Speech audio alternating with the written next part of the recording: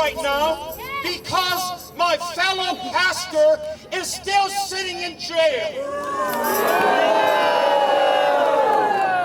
When they dropped the charges because they know they were wrong, when they dropped the charges, they should have brought him out the next minute. They had Ola Wednesday, Ola Thursday, Ola Friday, and they said they could get no judge. When they needed a judge for my case, it took them 1 hour and they had a judge. Right, here you go.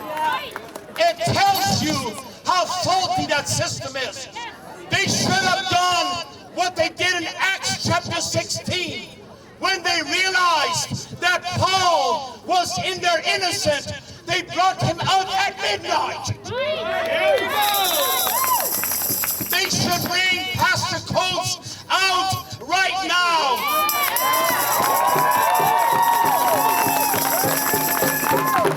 And feed him. And let him go home and be with his people tonight and tomorrow and as long as he lives.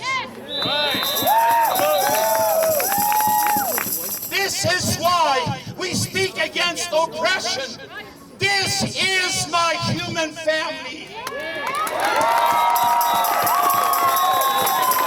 I've said before, it's not just about me and my church. It's about me and everyone else, or everyone else and about me. It's about all of us.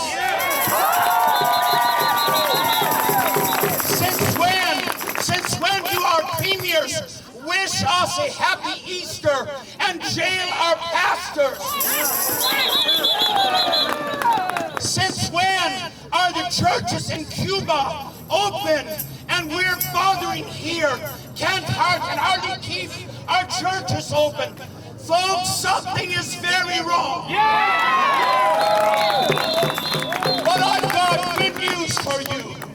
It does not take a majority to prevail. It only takes an irate, tireless minority.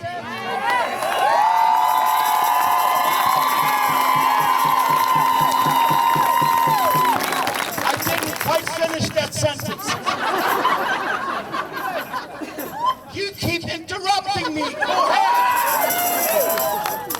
It does not take a majority to prevail, but rather an irate, tireless minority, keen on setting brush fires of freedom in the minds of man. That's what's said by Samuel Adams.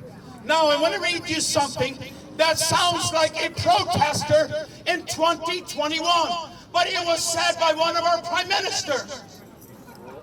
I am a Canadian, free to speak without fear, free to worship God in my own way, free to stand up for what I think is right, free to oppose what I think is wrong, free to choose those who shall govern my country. This heritage of freedom I pledge to uphold for myself and all mankind. I say amen. That was said by Diefenbaker. You see, they weren't always oppressors, and that's what we need to remind them of. Get back in your lane. Someone told me recently, actually it was a CTV, somebody told me recently, Pastor, you don't sound very godly. I said, can you tell me what it would be? She said, no, I can't. I said, I can. I said, there is a John 3:16, but there's also a John 2:16. And if you want to know what's in John 2:16, Jesus is kicking over the tables. And it involved money. said once we got the tables cleaned up and we got the temple back, I said it will be more godly then. We are actually not here today to fight for freedom. We are here to defend freedom.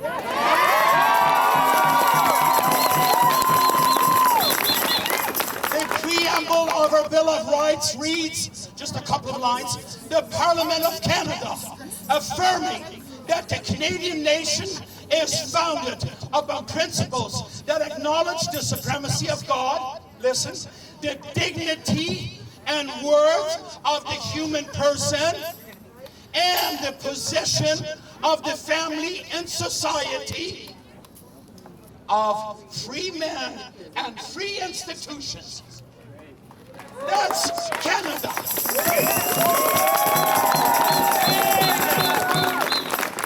I want to quickly read before I finish. Harry Truman said to the Attorney General's Conference on February 15th, 1950, the fundamental basis of this nation's laws was given to Moses on the Mount. The fundamental basis of our Bill of Rights comes from the teachings we get from Exodus, St. Matthew, Isaiah, and Paul. Right. Sounds like a preacher. Yeah. I want Mr. Trudeau to quote Isaiah for me.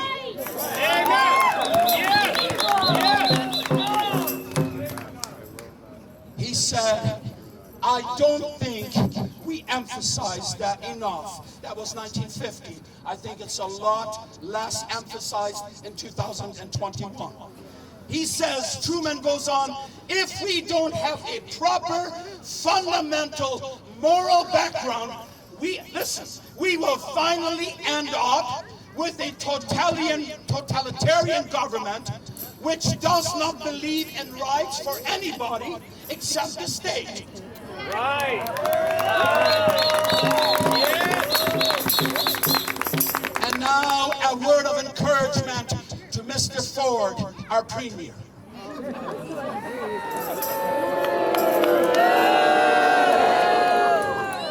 Our leaders were elected by the people to govern, not, as our Premier humbly admitted this week, to do just what he is being told.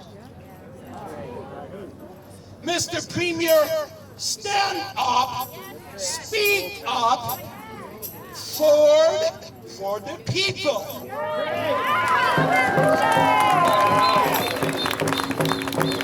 And now a word of closing, or a word in closing to the pastors. I've got the recipe for you, pastors, how to grow your church. Just open the church.